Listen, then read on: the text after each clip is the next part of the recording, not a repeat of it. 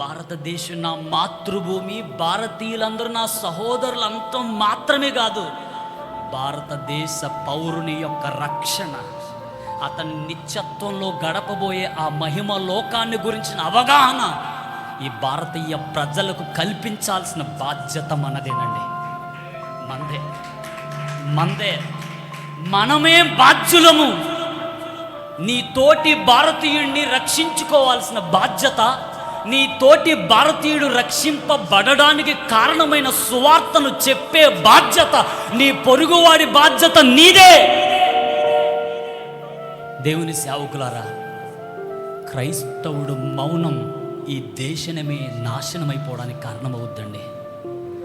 ఒక క్రైస్తవుడి మౌనం ఈ దేశ పరిస్థితే ప్రశ్నార్థకమైపోతుంది. అందుకే భారతీయ క్రైస్తవులవు అందరిలాంటోళ్ళు కాదు,